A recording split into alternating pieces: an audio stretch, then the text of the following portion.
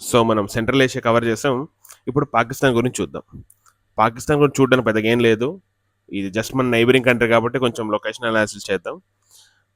చాలా మంది పాకిస్తాన్ ఎక్స్ప్లెయిన్ చేస్తున్నప్పుడు ఒక జోక్ వేస్తారు. కాబట్టి మీరు పాకిస్తాన్ చూడండి ఎలా ఉందో చూడడానికి. కుక్క తోకుపుతున్నట్టు అనిపించలేదా మీకు? కదా?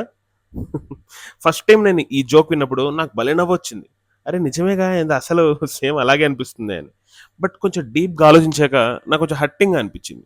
నేను ఎందుకో ఎక్స్‌ప్లెయిన్ చేస్తా. కుక్ అంటే ఏంటి? మన కుక్ అనగానే ఏం గుర్తొస్తుంది? కుక్ అంటే లాయల్టీ కాదా?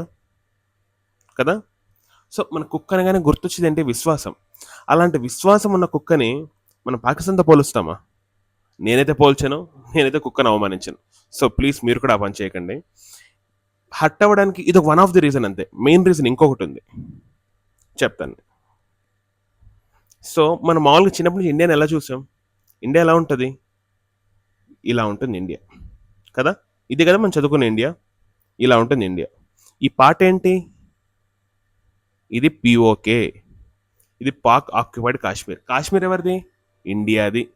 పాక్ ఆక్యుపైడ్ కాశ్మీర్ ఎవరిది? అది కూడా ఇండియాదే. పాక్ ఆక్యుపైడ్ కాశ్మీర్ ఎప్పటిది పాకిస్తాన్ది కాదు, కాలేదు కూడా. సో మీరు ఎప్పుడైనా ఇలా ఆ జోక్ వేస్తున్నారా అంటే అర్థం ఏంటి? మీరు ఒప్పుకుంటున్నట్టు. మీరు దాన్ని యాక్సెప్ట్ చేస్తున్నట్టు. పీఓకే పాకిస్తాన్ది అని. సో గుర్తుపెట్టుకోండి. PoK is never A Pakistan's territory. It's always hours. It's always India's territory. ఓకేనా?